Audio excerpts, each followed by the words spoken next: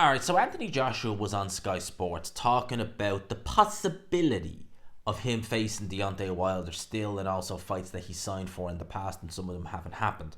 I'll quote him here on the Deontay Wilder fight. He says, "It's a fight that fans want to see. I'm not saying it's completely written off. Everything was signed and sealed. It just needed both of us to deliver, and he didn't meet his end of the bargain. He certainly didn't. I've signed to fight Tyson Fury before. I've signed to fight Deontay Wilder. I've signed to fight a lot of people. I don't duck a challenge. I'm always up for it. I'll always be here and ready to fight any time. Signed for Deontay Wilder? Yep, Wilder didn't meet up his end of the bargain, which he certainly didn't.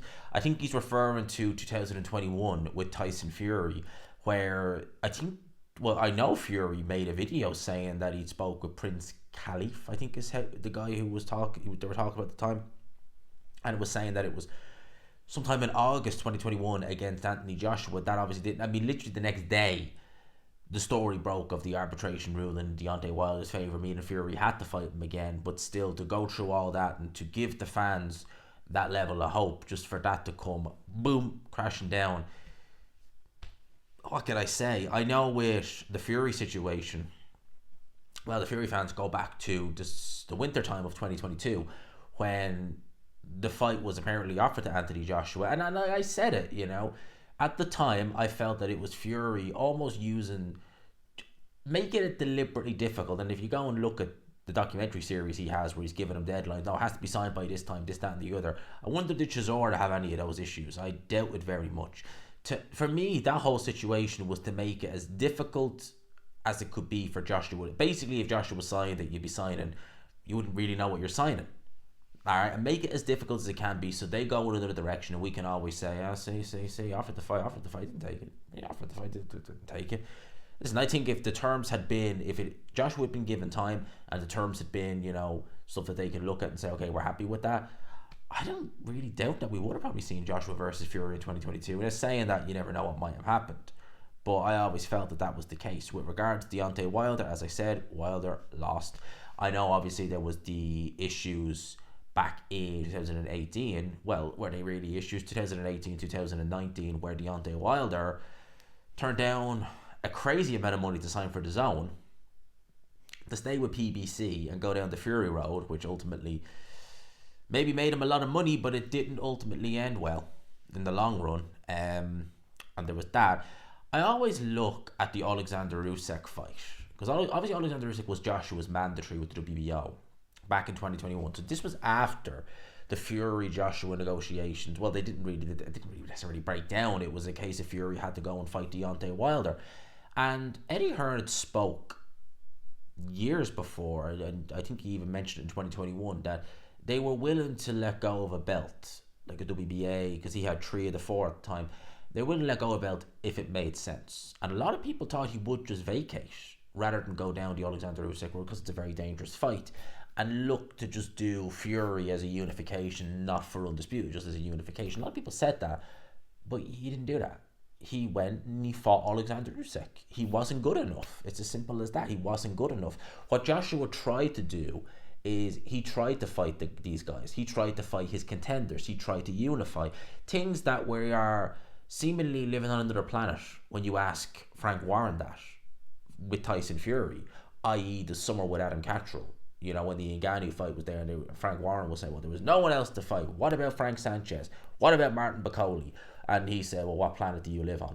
Well, what planet was Joshua living on when he was fighting the likes of Kuapulev, who was his mandatory? That ultimately, the first time around, ended up being a pullout. He didn't just get some, who's he?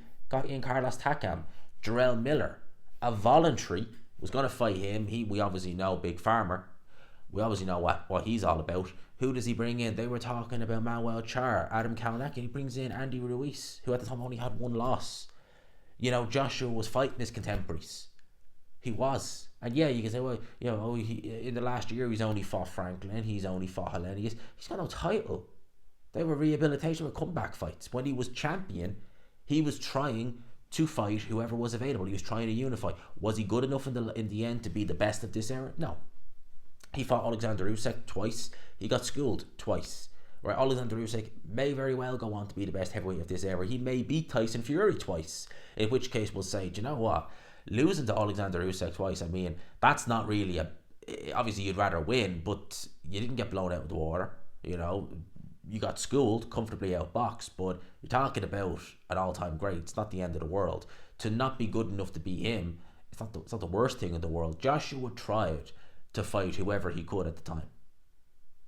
Deontay Wilder turning down crazy money, and then when Joshua did lose to Andy Ruiz, my guy, I still don't get it to this day. My guy acting like it was a good thing. It's like, mate, that's your biggest payday gone down to Swanee, and you weren't even the one who did it. You weren't even the one who beat him against Tyson Fury. I mean, God knows, we ever going to, maybe now that, you know, the Saudis are involved, if he should beat Usyk and Joshua should beat Ngannou, maybe now.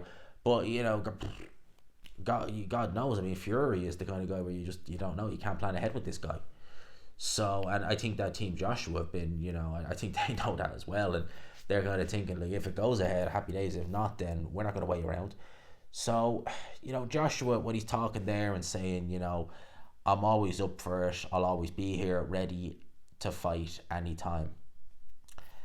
His history has shown that he's not afraid of fighting his contenders. He'll try and unify. He'll try and fight whoever. Again, with Alexander Usyk was his mandatory, and a lot of people thought he'd vacate. He didn't. Yes, he lost. Comfortably outboxed the first fight. To a lesser extent in the second fight, but it was still a clear Usyk win. The fact of the matter is, like, if he was really, you know, a coward, like some of the Fury fans say, oh, Joshua was nobody, who is he? Or he's not doing this. Yeah, Joshua could have, you know, played the game and just said, right, I've got all these titles, but they're not necessarily the selling point. I can already vacate one of them, but he didn't. He fought Alexander Usyk. He wasn't good enough. Tyson Fury might not be good enough to beat Alexander Usyk come what may. We have to wait and see.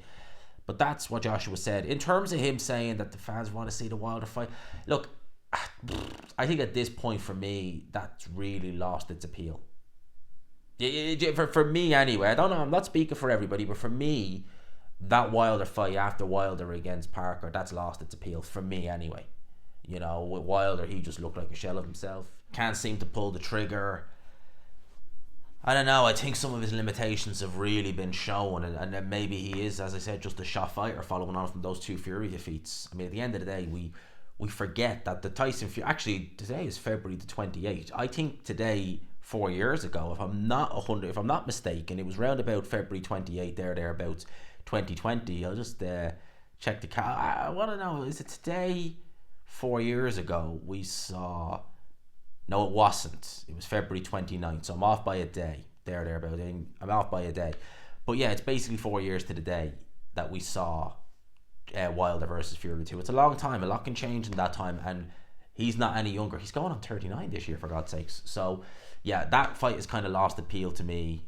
I wouldn't be as interested in that fight. Now, again, I'm not speaking for all the fans. Maybe some of you guys in the comments will be like, you know what, I'd still want to see it. If you do, let me know.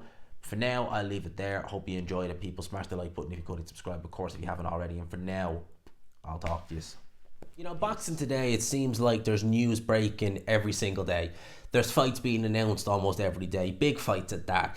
Boxing's in a good place. And sometimes, I don't know about you guys, but I find it a little bit difficult at times just to stay on top of everything, between checking Twitter, checking boxing scene, going on BoxRec to see if there's anything announced. There's a lot to look for. There's a lot of platforms you need to go on. And if you look there on screen, you'll see today's sponsors, Boxing Showtimes. They've made an app that does it all for you. Look at that on screen. It shows you where you can get tickets. It gives you all the latest news. It gives you the tail of the tape. It gives you all the card details. It's going to give you details about Fury Usyk. It's going to give you details about Joshua Ngannou. It's also going to have a lot more little things thrown in there as well. The link is in the comment section. It's going to be pinned on this video and more besides soon enough. And not only that, in the comment section, there's also going to be a link, a G-Man promo, which means you can access a little bit more without ads. Now that, to quote Eddie Hearn, is a game changer. Now let's crack on with the video.